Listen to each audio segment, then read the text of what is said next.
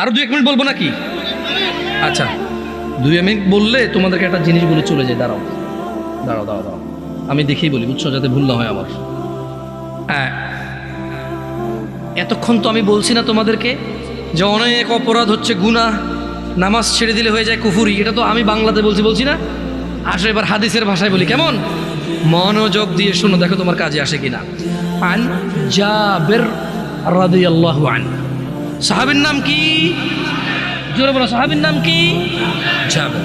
তো জাবের রাদিয়াল্লাহু আনহু বলছে যে সামি'তু নবী সাল্লাল্লাহু আলাইহি ওয়াসাল্লাম, জাবের রাদিয়াল্লাহু আনহু বলছে যে আমি আল্লাহ নবী সাল্লাল্লাহু আলাইহি ওয়াসাল্লামকে বলতে শুনেছি, ইন্না বাইনার রাজুলি ওয়া বাইনাশ শিরকি ওয়াল কুফরি তারকুস সালাহ।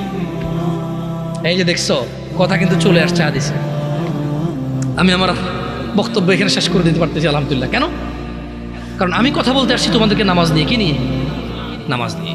আমি তোমাদেরকে বলে দিচ্ছি যে যদি নামাজ না পড়ে কুফরি হয়।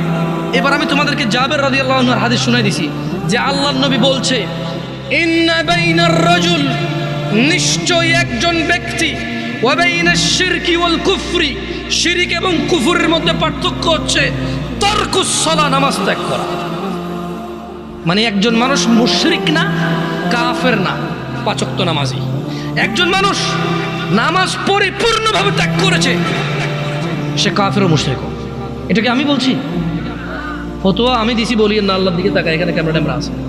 জাবের রাদিয়াল্লাহু আনহু বলছে যে উনি শুনছে আল্লাহ নবী বলছে যে ব্যক্তি কাফের আর মুশরিকের মধ্যে পার্থক্য হচ্ছে কি? সালাহ।